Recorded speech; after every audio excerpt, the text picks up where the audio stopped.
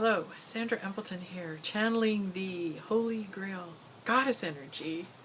Talking again about twin flames, and I love talking about twin flames. It's I've been devoting the last number of years researching and experimenting with the powers and the energies that exist in a twin flame union. And it's close and dear to my heart, to the point where I have written a book about it.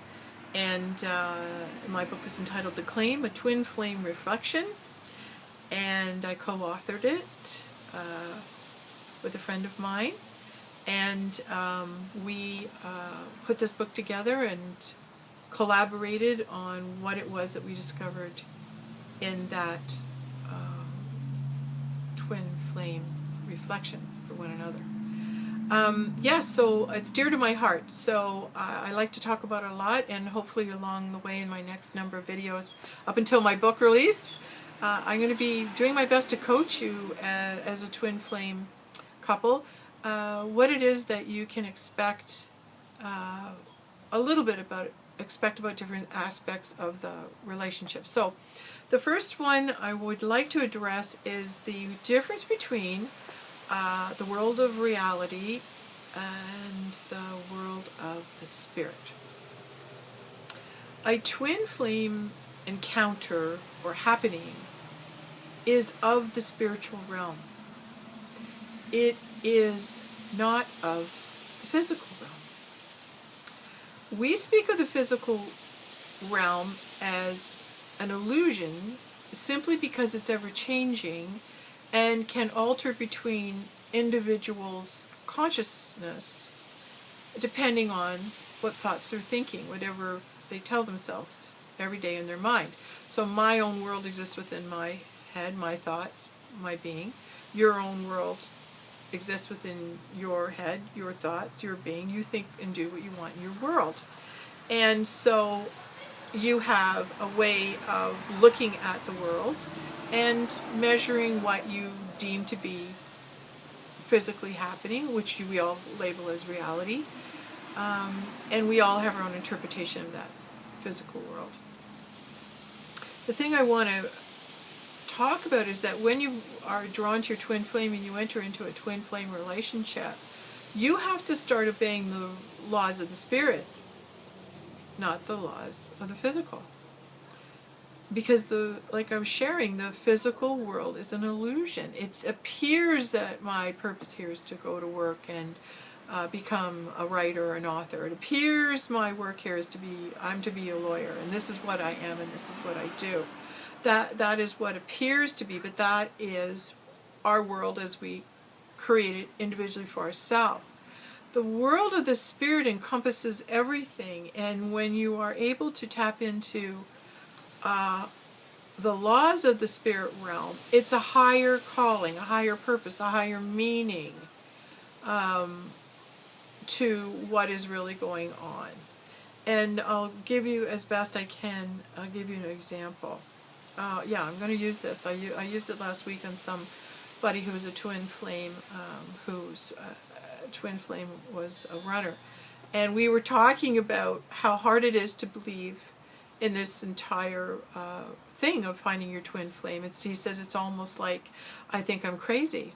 You know, I believe that, you know, I look at myself, I go, this is crazy, how I feel, what I saw, what's going on, these happenings, and you doubt yourself.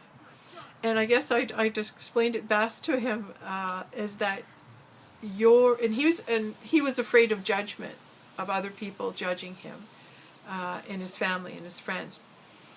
And I shared with him this.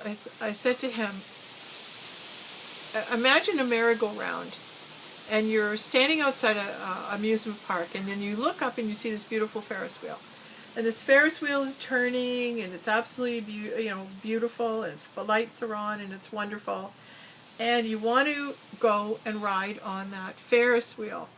And in order to go and ride on that Ferris wheel, it's like you have to buy a ticket to get there. And it's almost as if the world of the spirit is like crazy land.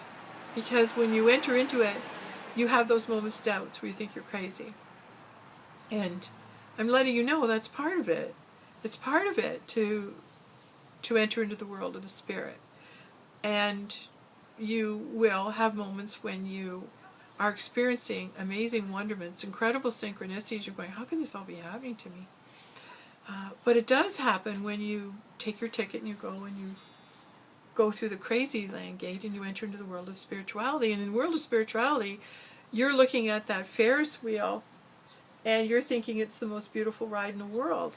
But outside of crazy land, on this side of the ride in the amusement park, is people who are in the world, we like to think, we call it reality, or the physical, where all they see is what they see. They don't see beyond what is in front of them, because they probably don't feel safe enough to give themselves permission to entertain thoughts that they've never had before, because they're heavily indoctrinated into their ways of belief, conditioned, programmed from their religion or from their society or whatever.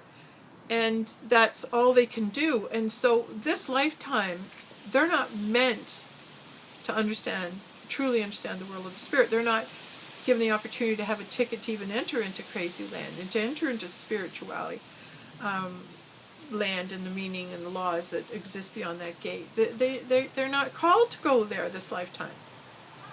So they look at that merry-go-round and they turn and they see it turning around, and the people that aren't meant to go through that gate, who are the majority of your family members probably, they look at it and go, oh, look at that Ferris wheel, that needs painting, it's kind of shabby, there's a few lights burnt out there, and it needs repair. I don't want to go on that ride anyway, it's all breaking down. I don't want to go there. So they'll look at the negative and talk themselves out of doing something adventuresome. Where the person who's got the ticket, who's a spiritual keener and wants to go and discover all the spiritual laws, is going to take their ticket, they're going to run to the crazy land like, let me in, look at that beautiful ride, I can't wait to get on it. And they jump over and they jump on that merry-go-round and they're going around and they turn beside them and there's someone cool like Carolyn Miss or, Deepak Chopra or somebody like Oprah sitting there beside you, because they're in spirit land. They took the ticket. They decided, hey, I'm going to go across and I'm going to look at things differently. I'm going to allow the world of the spirit to dictate my life. Because it's an adventure and you never know where you're going, and it's so much fun. It's like a ride. And so that is the choice you make when you want to enter into a twin flame relationship, because it's a bit like you got to cross over to crazy land, because there's different rules, different things that apply to you now, and basically it's letting go of what you thought was important and what appears to be real, and understand what is real, you're really seeing isn't real. It's what you're doing here as a light being. That's what's real. What's real is that you're here working on yourself and raising your frequencies to higher vibrations of love, and that lifts the planet, and that's why we're here. That's why Christ came, and that's what we're here to do, is carry on that work for him, which means lifting up the vibrations and loving. That's what we're here to do. All right, I've probably talked a bit too much, so thanks very much. Bye.